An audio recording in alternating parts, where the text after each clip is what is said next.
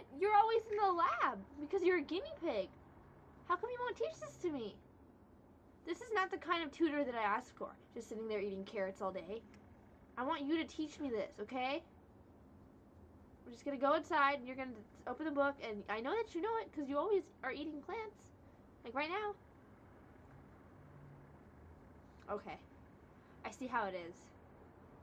Thank you.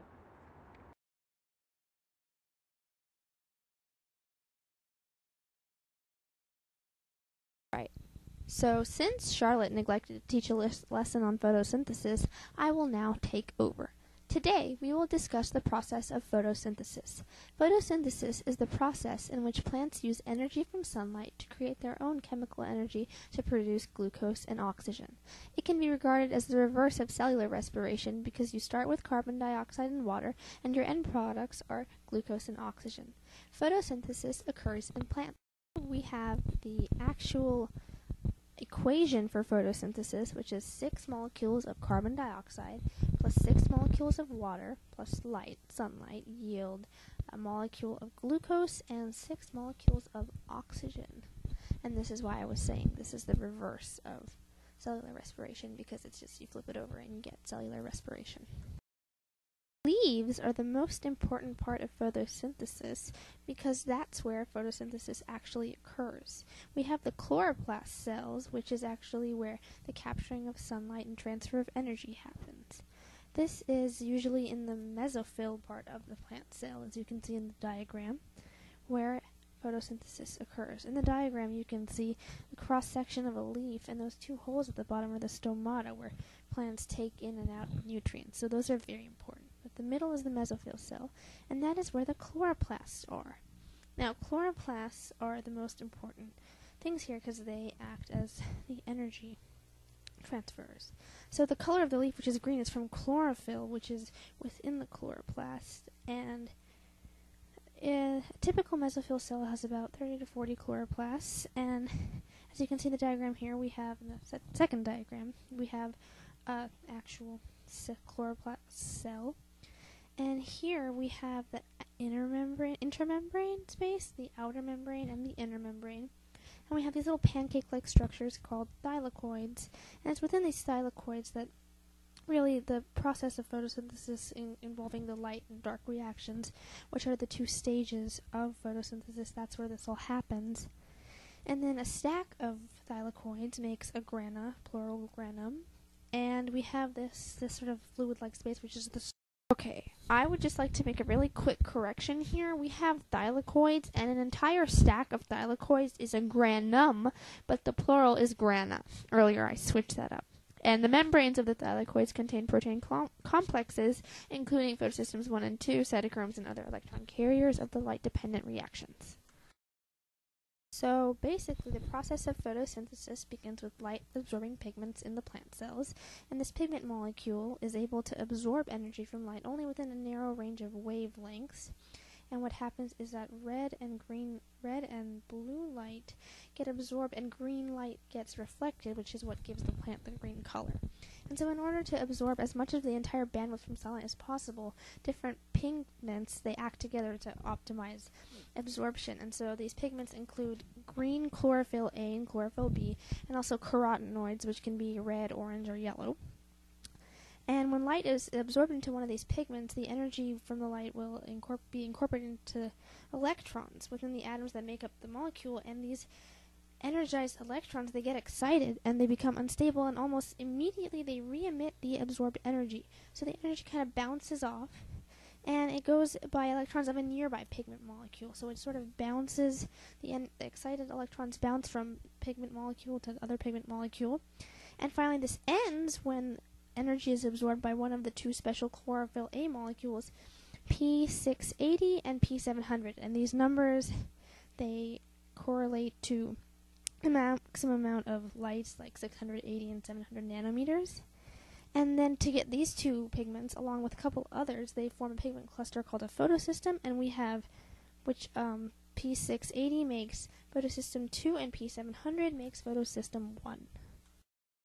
Alright, so now I'm going to explain non-cyclic photophosphorylation. Here, Photophosphorylation is the process of making ATP from ADP and phosphorus using energy derived from the light that we talked about earlier. So first, electrons trapped by photosystem 2 are energized by the light, and they are passed on to a molecule called the primary electron acceptor, and this is called primary because it's the first one in the chain of electron acceptors. Then it goes down an electron transport chain, or ETC, and this chain consists of proteins that pass electrons from one carrier protein to the next, and some carrier proteins like ferredoxin and cytochrome have non-protein parts that contain iron. The electron transport chains in photosynthesis are kind of like oxidative phosphorylation. So now we move on to phosphorylation, where the two electrons move down the ETC and they lose energy. And this energy that they lost is used to phosphorylate about some ATP. So here then it goes from photosystem 2 to photosystem 1, where the ETC ends with photosystem 1. Here again the electrons are energized by sun, passed on to a primary electron acceptor, which is a different one from photosystem 2. Then the two electrons pass through a short electron transport chain. At the end of the chain, the two electrons combine with NADP plus and hydrogen, which has a positive charge, to form NADPH. NADPH is a coenzyme, and it's kind of like NADH and respiration. It's very energy rich. So from then we have one of the final parts, which is the splitting of water. So the two electrons that originated in photosystem 2, they move through this chain, and now they're in NADPH, but they're empty, and there's a hole in the beginning of photosystem 2, so water is split, and the electrons are placed back, they're replaced. And a protein catalyzes that reaction. So, in short, photophosphorylation takes the energy in light and electrons in water to make energy-rich molecules called ATP and NADPH. And because these reactions consider light, they're called the light reactions. And that's the first part of photosynthesis. That's the first half of light reactions, and the next part is dark reactions. So there's a second type of photophosphorylation, which is called cyclic photophosphorylation, which relates to its cycling, because instead of going 2 to 1, it just cycles within itself. So it occurs when the electrons energized in photosystem 1 are kind of recycled. Here, the energized electrons from photosystem 1, they join with protein carriers and generate ATP as they pass along the ETC. And this is different from non-cyclic photophosphorylation, because where the electrons become incorporated into NADPH, the electrons in cyclic phosphorylation just go back to photosystem 1. Here they can be energized again to participate in either cyclic or non-cyclic photophosphorylation. Cyclic photophosphorylation occurs at the same time that non-cyclic photophosphorylation does, and it makes more ATP.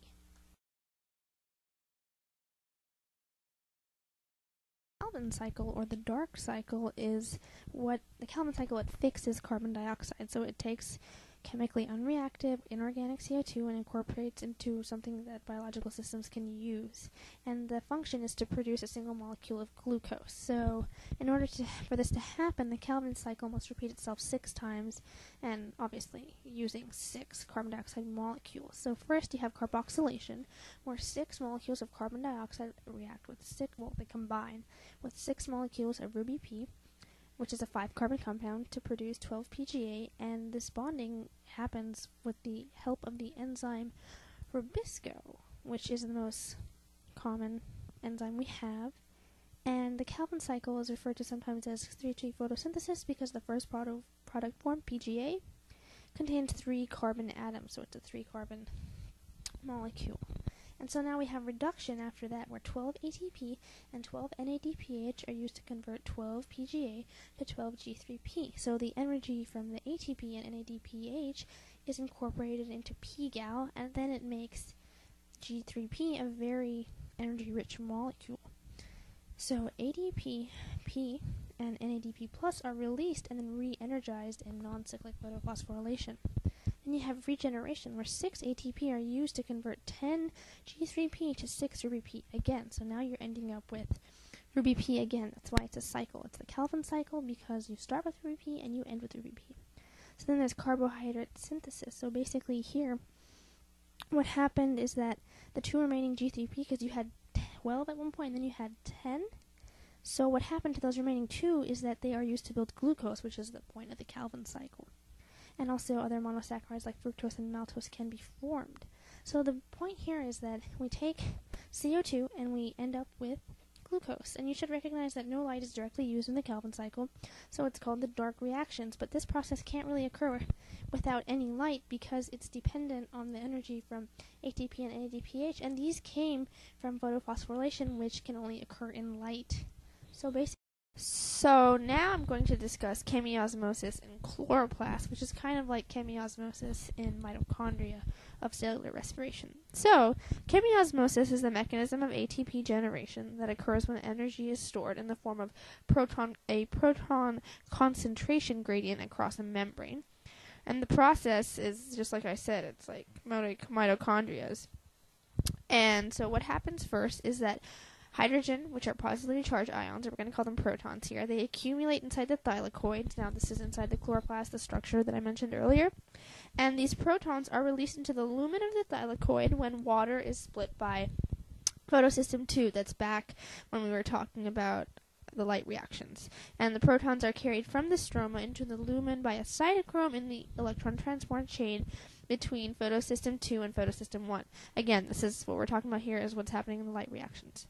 So a pH and electrical gradient across the thylakoid membrane is then created, and as hydrogens accumulate inside the thylakoid, the pH goes down. And since some of these hydrogens come from the outside of the thylakoid, from the stroma, the hydrogen concentration decreases in the stroma and the pH increases. So this creates a pH gradient, which has like differences in the concentration of hydrogens across the thylakoid membrane from the stroma, from a pH of 8 to a thylakoid pH of about 5. And since the hydrogens are positively charged, their accumulation inside of the thylakoid creates an electric gradient, or we can call it voltage also. So then we have ATP synthase, which generates the ATP. So this is all sort of like a physical motor thing that makes this happen. And the pH and electrical gradient represent potential energy, sort of like water behind a dam. And then channel proteins, which are the ATP synthases, allow the hydrogens to flow through the thylakoid membrane and out to the stroma. And this energy created provides the energy for ATP synthases to phosphorylate ADP to ATP. And so you need about 3 hydrogens to generate 1 molecule of ATP. And so also the Calvin cycle produces G3P using NADPH and carbon dioxide and ATP. And at the end of the electron transport chain following photosystem 1, electrons combine with NADP and hydrogen to make NADPH. So you have NADPH, ATP and CO2, 2G3P are created and subsequently used to make glucose. So essentially what chemiosmosis in the chloroplast is that the protons, they accumulate inside the thylakoids and are carried along with the ETC, and this like motor physical energy, sort of like water behind a dam, it pulls it along, carries these protons into ATP synthase, and then ATP synthases generate ATP, which is the point here.